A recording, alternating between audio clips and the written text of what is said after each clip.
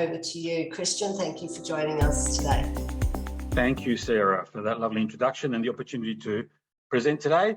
Look, I'd like to start with a bit of a warning, if I may. I have a reputation for looking at things differently. So sometimes people don't like what I have to say because I don't look at the traditional things in the same way. But just to get today started, let me begin by asking you a question. Have you ever been made aware of an incident where your first thought was, oops, let me just have a look here.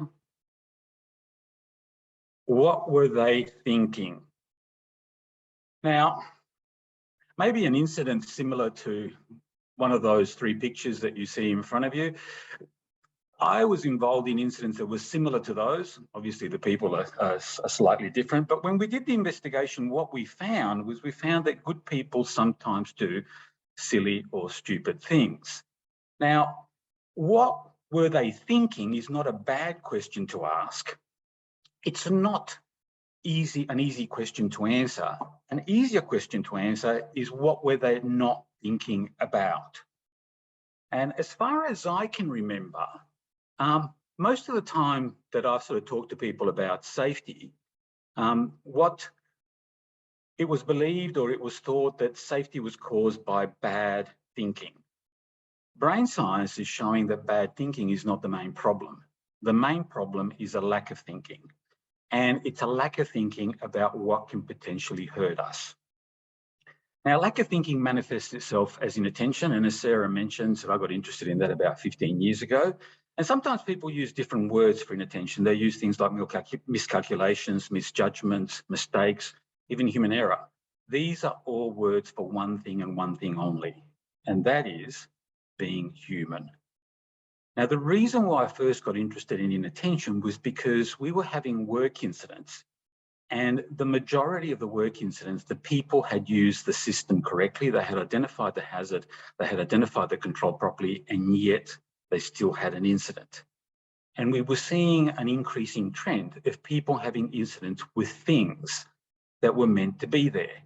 You know, poles, people running into poles that were tripping over gutters.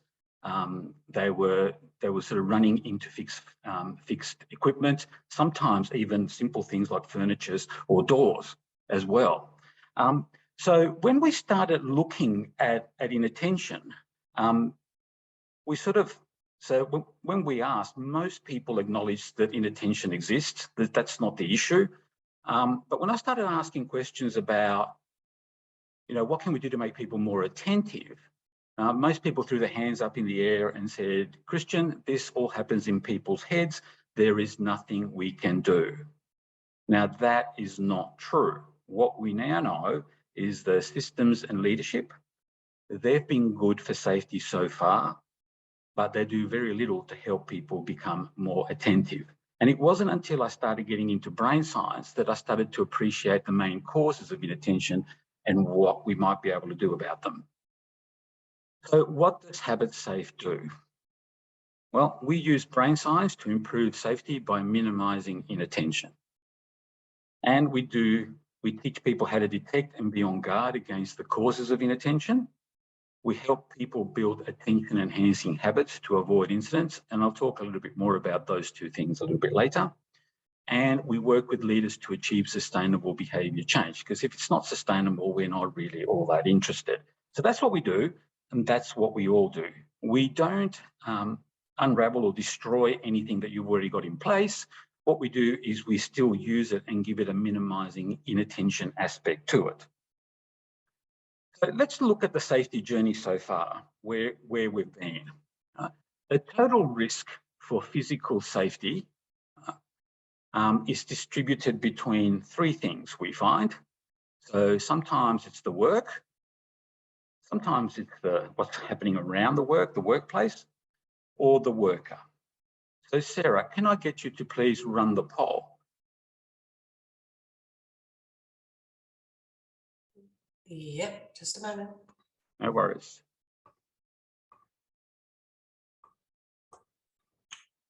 Hopefully you can see that. Okay. We'll just give them a few seconds. So in the last 50 years, whereas most of the focus has been to improve physical safety, So have we focused more on the work, the workplace, the worker, or a combination of one and two? And obviously the work is about the hazards that are associated with the task. The workplace, it's the hazard that's going on around the task and maybe leadership and sort of ways that people can influence. The worker is about what's going on inside people's heads at the time. And the last option is a combination of one and two. Okay, we're just about there. Okay, No I'm going to worries. share the results now. Okay, so that's typically what we find when we run this exercise with leadership. Some people say it's the worker, but the majority of people say either it's the work or the workplace. So if I do the sums right, 82% don't think it's the worker, it's somewhere else. And that's really what we found most of the time, is that the focus to date is either in the work or the workplace. Now, if we look at the Australian work fatalities between 1980 and 2020 for the last 40 years, what we see is there's been no improvement for the last 8 years, at least since 2013. Nobody seems to be able to explain 2018, so I'll just leave that there as statistical variation. Even though we're doing the same thing that we've done for the last 30, 40 years, we do more of it and we do it better than ever before. So it looks like, well, at least it appears to me, that we are stuck in a zone of diminishing returns. And I'm not going to argue that we don't need to do the things that we've done in the past, but if the trend is telling us that the continuing to doing those things isn't taking us anywhere, then we really need to do something else. So what got us here is not taking us to the next level. And if you think about what we've been doing over the last 40 years or so, we call traditional safety, it tends to land on three things. Fix the environment, so eliminate the hazard or provide some training if the hazard can't be eliminated, some controls. Improve the system, so you either sort of fill in the holes or you sort of make it a bit more simple, or you get people to think more about safety.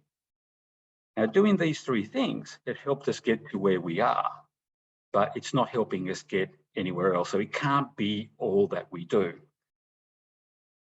So what more could there possibly be? That's the question that we asked ourselves about 10 years ago. The key is to understanding how people make poor in the moment decisions. So like the pictures that I showed you previously, those came down to poor in the moment decisions by those individuals. Now, the good news is that poor in the moment decisions are surprisingly predictable. We know what causes people to make those poor in the moment decisions. So let me give you some examples of some other poor in the moment decisions. And when you're talking about inattention, it's not something that just happens in the workplace. So we look at this from a 24/7 perspective. So let me tell you about a friend of mine, an accountant, the most risk-averse person I know, one of the three most boring people I know, never had a parking ticket. We were picking up his daughter from preschool. We were both in the car. He was running really, really late, made a right-hand turn in front of a truck, almost got us both killed. The only thing that I remember is the sound of the screeching tyres and the horns that came at us. But fortunately for us, nothing happened. When I stepped back and I thought about this, but why would somebody so risk adverse, so conservative, do something so out of character in a moment of hurry? It didn't make any sense at all. Or another example is the mining engineer in the Bowen Basin who had a night shift, felt really tired, and he still ended up driving home. Now, I spoke to him. He had fatigue management training. He had seen all the ads on TV that I had seen. He even said to me that he had seen the signs on the road as he was driving home. Now, fortunately for him, he went off the road, but nothing bad happened. He knew all the risks, yet he still did it. Or, worse still, is the parent, the caring parent, that texts while driving while the kids are in the car. Now, I talk to a lot of truck drivers and they tell me that that is quite common. Now, the parent knows that it's illegal. It knows, so he or she knows that it increases the risk considerably, yet they still do it. Don't they care about their kids? So what we find is that in society, we have rules, we have awareness campaigns, we have signs on the side of the road to help people not do these things, but people still do them. And in these three scenarios, and countless others, the conscious mind is fully informed. The conscious mind is fully informed, yet people still do it. Now, as it turns out, there are more forces at play that influence what we do that we knew nothing about until recently. So this is the new information. A lot of it has come about in the last 15 years, some of it in the last 10 years, and some of it even sort of in the last 5 years or so. And the issue that we have, or the problem as we see it, is that safety has relied too much on the conscious mind to influence people's behaviour to be safer. And not enough consideration has been given to what we actually know is going on in the brain. So new research maps brain activity as it happens. So you're probably familiar with an MRI. If you go to the doctor, he sends you off for an MRI. That is a picture he or she gets back. They look at what's going on, they diagnose the problem, and then they give you a treatment. What you're probably not familiar with is an fMRI, a functional MRI. And a functional MRI maps blood flow as it happens.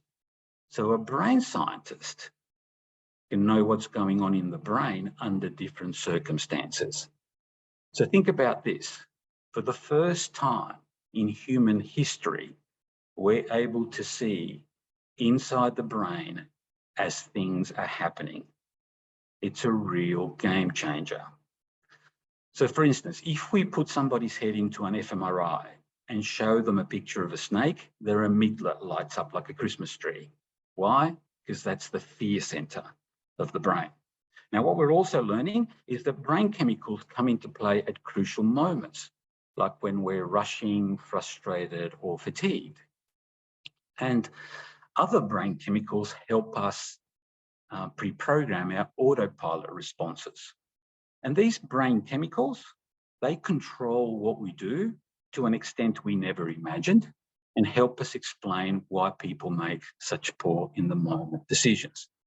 But it all happens below our level of conscious awareness. And because it happens below our level of conscious awareness, we give it absolutely no credit at all.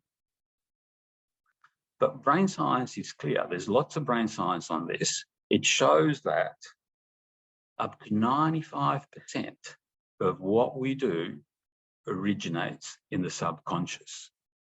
Up to 95% of what we do originates in a place that we're not aware of. So that begs the question, which mind drives behaviour? So we've got a conscious mind, and according to brain science, that's sort of good for 5% of the time. Behind it, we've got a subconscious mind, and that's where most of our habits tend to live. Now, both of these minds can influence behaviour, but the subconscious mind is much more powerful. Problem is that we're only aware of that one, so that's all we think there is. Now, when the subconscious mind drives behaviour, what we get with it is inattention.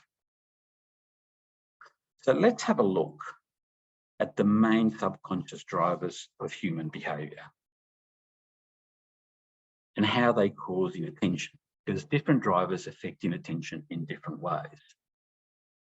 So we know that rushing leads to poor in the moment decisions. So let me ask you, when you're rushing, what are you thinking about? What most people tell us is they're thinking about doing it quicker, getting there faster. If you're thinking about doing it quicker or getting there faster, what are you not thinking about? You're not thinking about what's going on right here, right now. And that leads to inattention.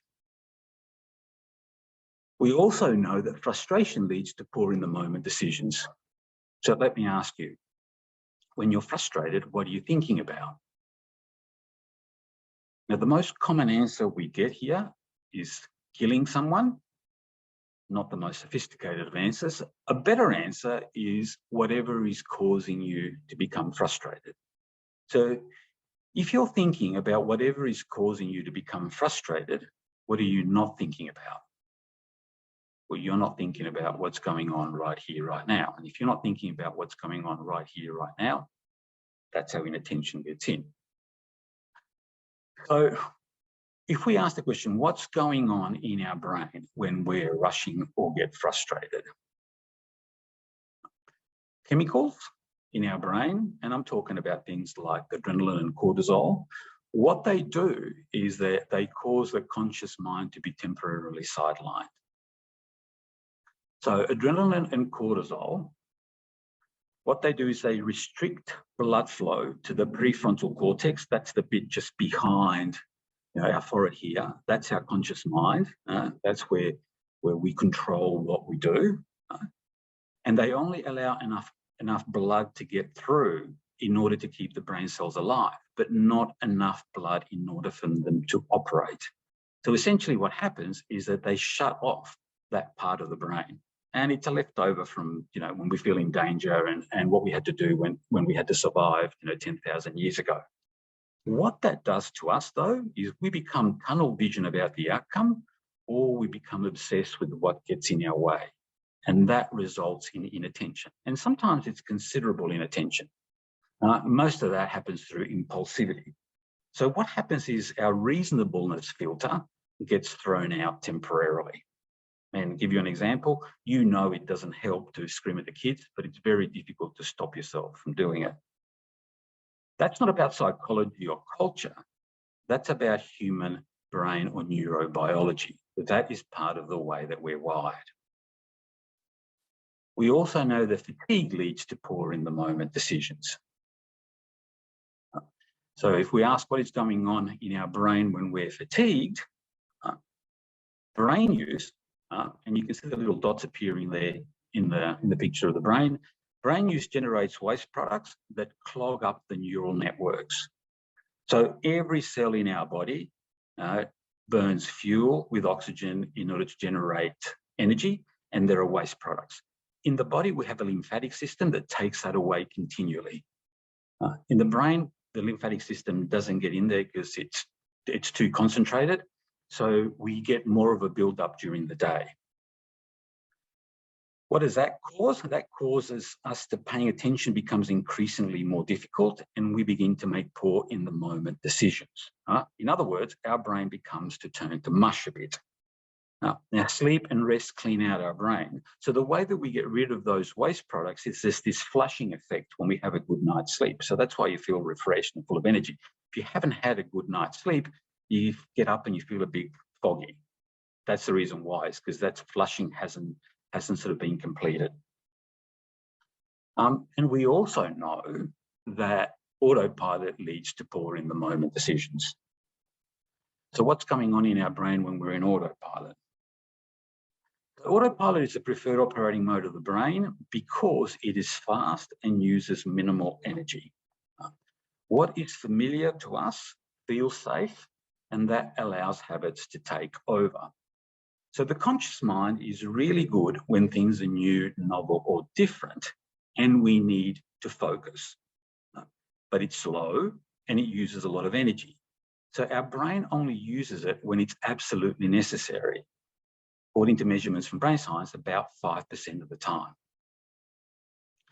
Habits are a much more efficient way to get things done. But when we use habits, we don't think consciously about what we're doing, and that results in inattention. Now, autopilot is the biggest source of inattention, but most of the time it tends to be relatively mild. So, what have we... sorry, I can't see that thing there. Okay. So what we have found is that we have looked at lots of different safety approaches that we have seen with clients and with different organisations we have visited. And what we have found is that there is not nearly enough to help people deal with these drivers. Those different situations, different life situations achieve different, activate the different drives. So when we're doing something new, novel, or different, then we need to focus.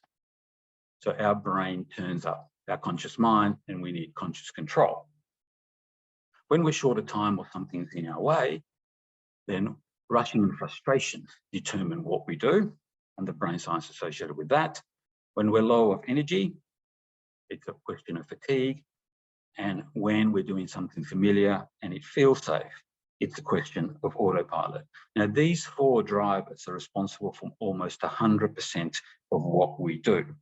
Now, traditional safety is focused on the top one, which is 5% of what determines behaviour. So I think it's time that we started looking at the other three drivers that sort of drive so much of what we do, because that's what the latest science is trying to tell us. We need a whole of brain approach. So if we're serious about safety, it makes sense to use everything at our disposal. We're not going to change the trend by continuing to do what we have always done. We need a whole of brain approach to get to the next level. So what's next on the safety journey then? Let me ask you a question. Are people getting better at paying attention? If you think that that is true, can I respectfully suggest to you that maybe you're off with the pixies? Because there's lots of science on this. Our attention span is getting shorter and we are task switching more often. Both of those things end up leading to more inattention. And inattention is a modern day problem. It's not just to do with work, it's to do with all things that people do.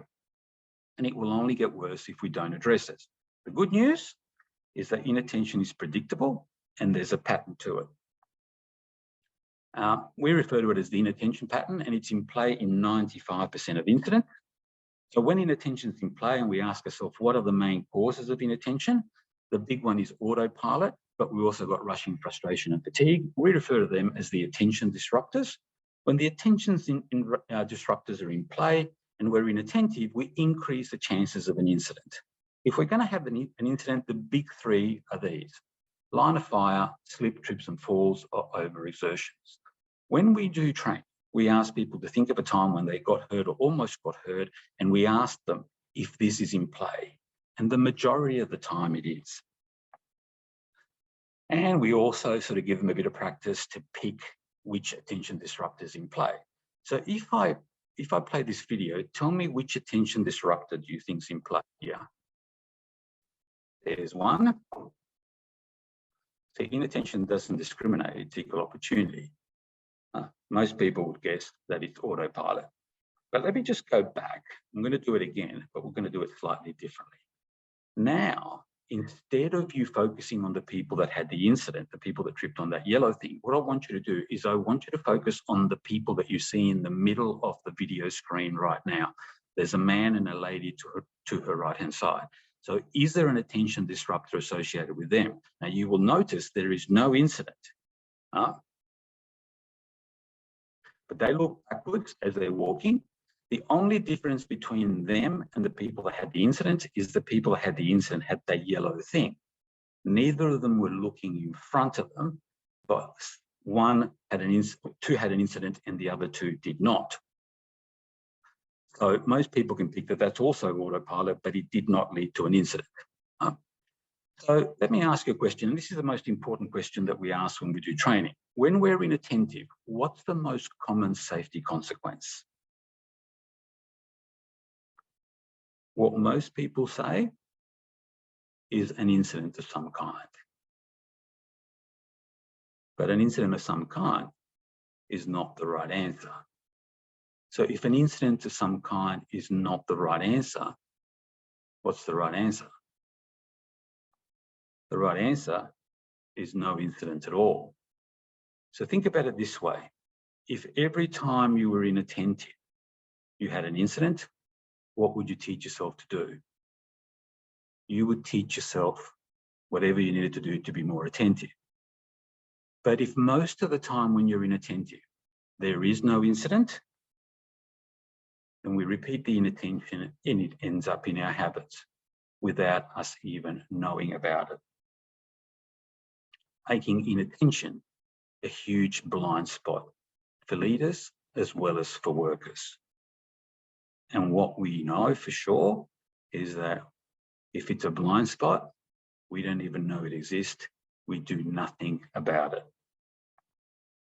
So the biggest obstacle to improving safety, as we see it, is that most people think inattention is only ever present when an incident takes place, because that fits their experiences reasonably well. So they say to themselves, if nothing happened, then I must have been attentive. If something happens, then obviously there was a lapse of attention. That's why the incident happened. That's what they tell themselves, and that's consistent with their experiences. Problem is that that's not really what's happening at all. It's very difficult for us to be 100% attentive to everything because our attention is limited. Sometimes we choose where our attention goes. Most of the time it's allocated subconsciously or automatically, if you like, and it's tied into our habits. So the reality is this: our attention is going up and down during the day based on which of the 4 attention disruptors in place and the severity of each, because that could change with severity as well. But the majority of the time when we're inattentive, there isn't a hazard in front of us. So that's why we don't have many incidents. Sometimes there is a hazard in front of us. Sometimes we tend to see it early enough to be able to avoid it, and that's the majority of the times. And other times we're lucky. Very seldomly do we actually come into contact with the hazard itself. So we talk to people about inattention being part of life. And when we're inattentive, we surrender control of our safety. So we use the word surrender because we want people to understand that they lose control of their safety when they don't really have to. Now, when we're inattentive, that does not mean that we're going to have an incident. We just increase the chances of having one. The alternative is that we could keep control of our safety by upgrading our habits to attention-enhancing ones. So the things that we do with people is to give them more control over what happens to them. And the feedback that we're getting is that that not only helps them avoid incidents, but it also helps with their psychological safety, because a lot of people get anxious when they think they have no control. So there's the conventional model for safety. And, you know, if you have safe behaviour, which happens frequently, you get a safe outcome. And if you have unsafe behaviour, which happens infrequently, you get an unsafe outcome.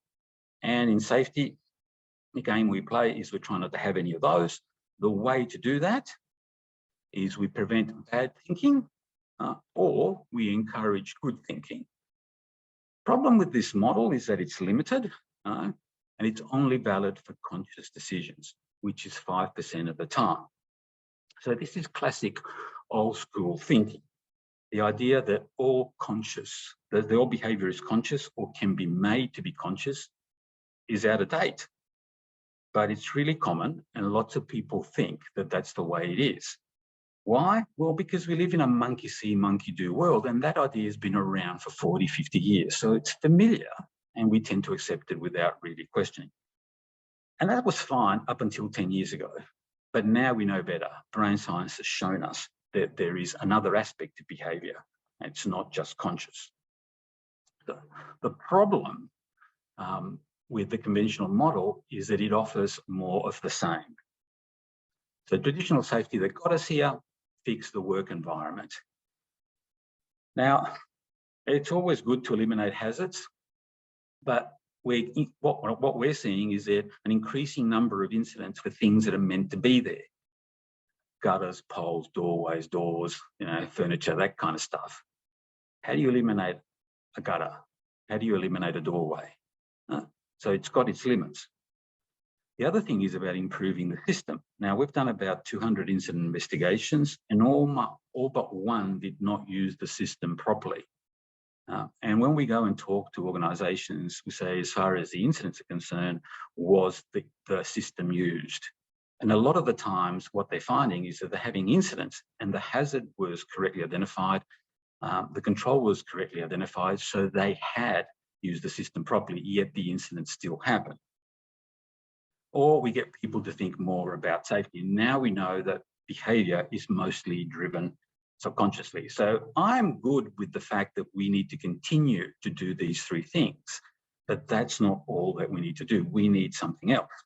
To get to the next level, we need a whole of brain approach. And fortunately for us, brain science is helping us to look at things differently. So a different model, which is sort of based on the subconscious, is driving most of our behaviour. And in the scientific community, there's no debate about this at all. It's accepted, there's enough science on this, but safety is still ignoring it. So if the model is that these 4 attention disruptors cause inattention, most of the time when we're inattentive, we get to a safe outcome. Infrequently, we get an unsafe outcome. And what we try and get people to appreciate is that with inattention, incidents are not common. That's the blind spot that I mentioned earlier on. And when you look at the incidents themselves, what we find is that inattention is present in 95% of the incidents. So if we play the safety game that we're all trying to play, which is not to have any of these, then we need to minimize inattention. And we do that by getting people to manage those 4 attention disruptors better. What's most appealing about dealing with the subconscious? Well, everyone can own the whole system. People go, well, how can that be? Well, because they carry it in their heads wherever they go. So we talk to people about wiring sort of attention enhancing habits into what you automatically do. The other thing is that people are motivated to keep doing it. Why? Well, because it helps those they care about stay safe, and in the process keeps themselves safe also by teaching somebody that they care about. So the stuff that we teach people, it's not rocket science. You can teach it to a kid that's 10 years old easily enough. I started working with my kids when they were 6, and I've heard of other people that have taught some of the stuff that we teach them to their kids when they're sort of 6, 7, and 8 years old. So it's not a difficult thing for people to learn. And the earlier you start with the people that you care about, the more likely they are to get good at it quickly. So managing the attention disruptors is not do it yourself. And the reason why it's not do it yourself is because what we're dealing with here is the subconscious mind. And all that I have seen in the last 40 years in safety have dealt with the conscious mind. So, you know, people say to me, wow, but it seems simple enough for people to do it for themselves. And that's true. It does seem simple enough, but the reality is that they don't do it for themselves. So the solution involves knowing what to do, and that's easy. That's 10% of the effort. But the real challenge is getting it wide into the subconscious so it happens automatically. So knowing what to do is about the what, getting it wide is about the how. And when we do the training, the way that we explain it to people is this way, because a lot of the times people think that, oh, now that I know what causes inattention, I'm going to be more attentive. And we go, well, that's not the way it works. So what we say to them is knowing that exercise keeps you fit or makes you fit doesn't make you fit. Doing the exercise makes you fit. And if you can get yourself to do the exercise habitually, it'll be easier to stay fit longer. So the whole game for us is not about the what. You've got to get the what right. It's mostly about the how. And the how, in order to do the how well, you have to understand how the subconscious works and how to influence it. So what we've done is we've designed a whole of brain process to help people be automatically safer. And we based it on brain science because it's the only discipline that can actually see inside our heads to know exactly what's going on. Other disciplines have been guessing from the outside in. Sometimes they get it right, other times we're not so sure. So, how do we do it? Well, we have 3 sessions. The first one is to show people that inattention is part of life and skill them to look for it so they can see it more often. So if you like, we're trying to provide an antidote for that blind spot that we all have. The second step is to skill people to deal with rushing, frustration, and fatigue. Now, we do this next, not because most incidents involve rushing, frustration, or fatigue, a fair few do, but it's because that's what gets in the way to people changing their habits to safer ones. So what we're asking people to do, the reason why we do rushing, frustration, and fatigue is because it removes the obstacles to the main game. Because most of what we do in autopilot. So step 3 is to help people upgrade their inattentive habits to attention enhancing ones. And that's really about trying to get people to deal with autopilot better. So habits determine most of what we do, and most of them have come about by default, and they have inattention already built in. So we need people to see the inattention, that's step 1, in order for them to convince themselves that they need to change to something that's safer. If they're not going to change, it's going to be because they were rushing, frustrated, or fatigue. So we deal with that in step 2 in order to put them in the best position to be able to change their habits to attention enhancing ones in the 3rd session that we run. And of course, when you do these things, and leadership is exceptionally important.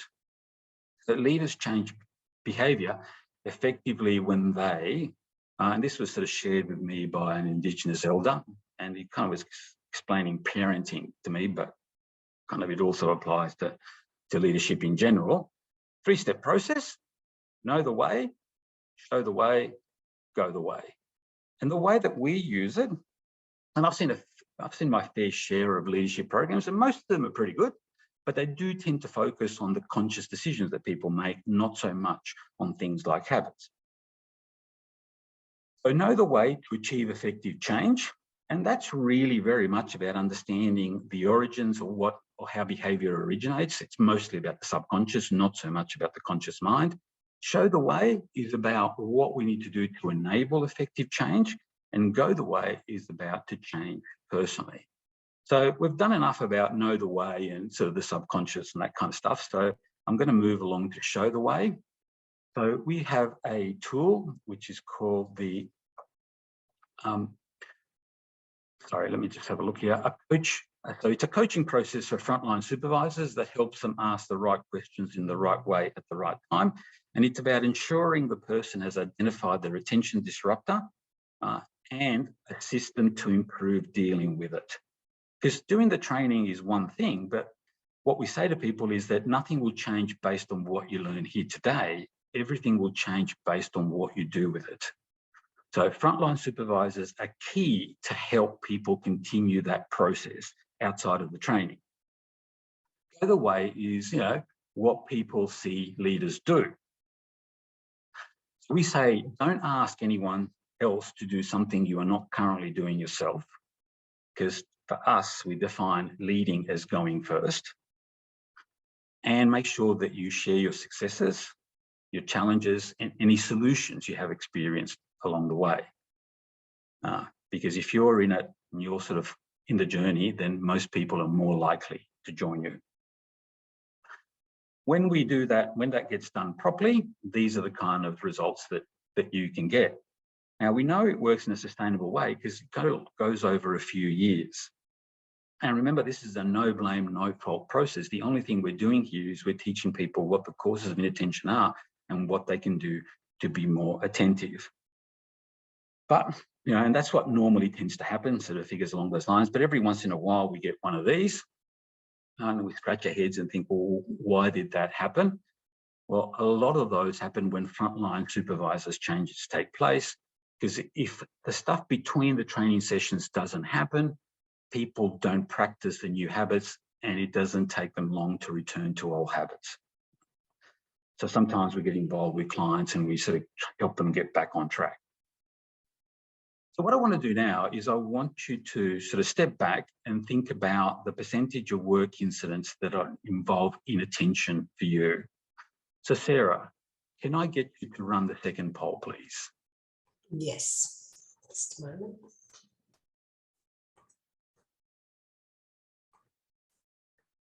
Just having a little problem finding that. Oh, here we go. Sorry. Okay. So what percentage of workplace incidents involve inattention? So if you had to have a choice, if you had to have a guess of what that might be for your workplace, what would it be? Is it less than 30%? Is it about 50%, 80%, or 90% plus? Because we've done this with about 30 different organisations, or at least 30 now, a few more, and we get pretty consistent results.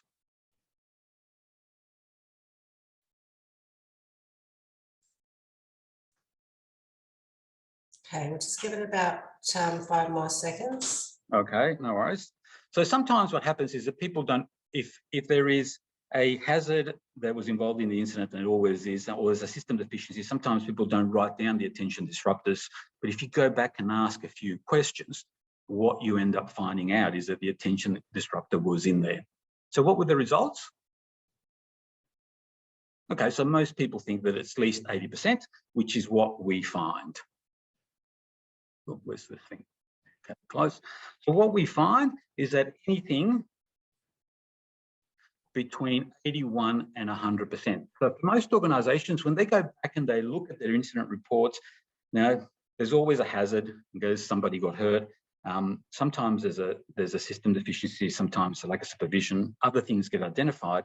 If they look for the 4 attention disruptors, in at least 4 out of 5 incidents, they tend to appear. For those organisations that have done it with us and have given us the results, the average is 93.7. So let me also sort of ask you a different question, and we'll run a poll on this one as well. What I want you to do is I want you to think about the corrective actions for those incidents that you had. Where do you think that most of them land? Is it in the first column, fix the environment and to improve the system? Is it in the second column, it's getting people to think more about safety? Or is it managing the attention disruptors better? So if you had to guess, which one would you think most corrective actions land in?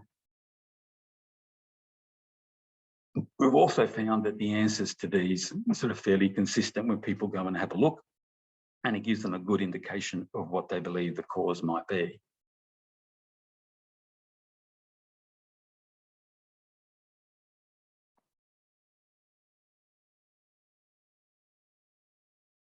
So do we have any answers yet, Sarah?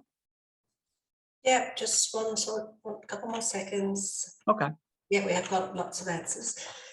Okay, I'll show now. Okay, interesting. Interesting.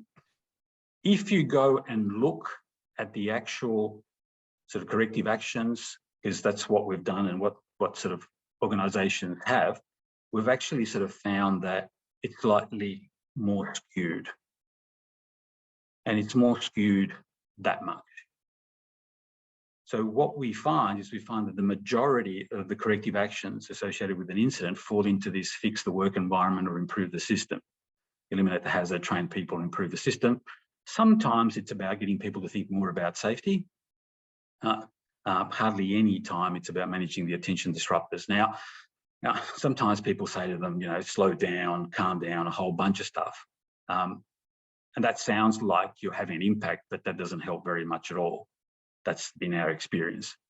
So if you think about the fact that 4 out of 5 incidents involve the attention disruptors, and when you look at the corrective actions, it's a very, very small percentage that actually sort of put something down there that's meaningful, you can see the massive mismatch. And we're leaving so much of the opportunity for improvement on the table. And what we do is we help clients plot the best path in order to get more corrective actions into that last column. And we try and help them navigate it as efficiently as possible. So what we know for a fact is that the same old thinking, same old results. So we've gone back and we've looked at brain science in order to try and get a different perspective of why incidents take place.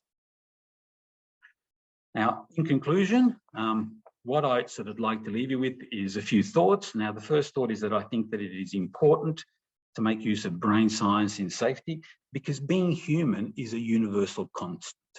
We're human first. Nationality, language, even culture, they're overlays. And I'm not suggesting that overlays don't play a role, but if we don't understand the fundamental drivers of human behaviour, we're likely to get an incomplete picture or the wrong picture of what causes incidents. And then we waste our precious resources. And safety over the last 40 years has been stuck on three things: fix the work environment, improve the system, or get people to think more about safety. And up until 10 years ago, that was all we thought we had. But now we know better. If we're serious about safety, we need to use everything at our disposal to try and improve. We need a whole of brain approach that engages leadership in order to help people go from habits with inattention to attention enhancing habits. Because at the moment, we're missing a piece, and it's quite a significant piece, according to what brain science has measured. So I've written a book about the role of subconscious in safety. There's more in the book, but only if you want it. There's also a podcast, Safety Frontiers, and I'll talk more about the issues that I've spoken about before. There's more in the podcast, but only if you want it. Now, I post regularly on LinkedIn, so if you're interested in keeping abreast of some of the things that we're thinking about and our latest thinking, then feel free to send me an invite to connect. Now, Sarah, I might hand it back to you so that you can sort of let me know what questions have been asked, and I'll do my best to answer them.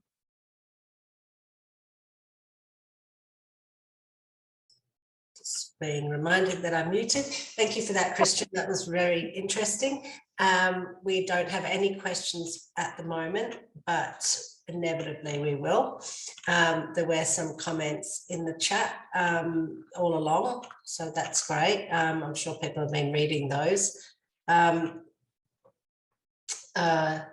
Somebody, Nabi said, but when it becomes habit to behave unsafely, we stop thinking safe, we get stuck someday and get an accident.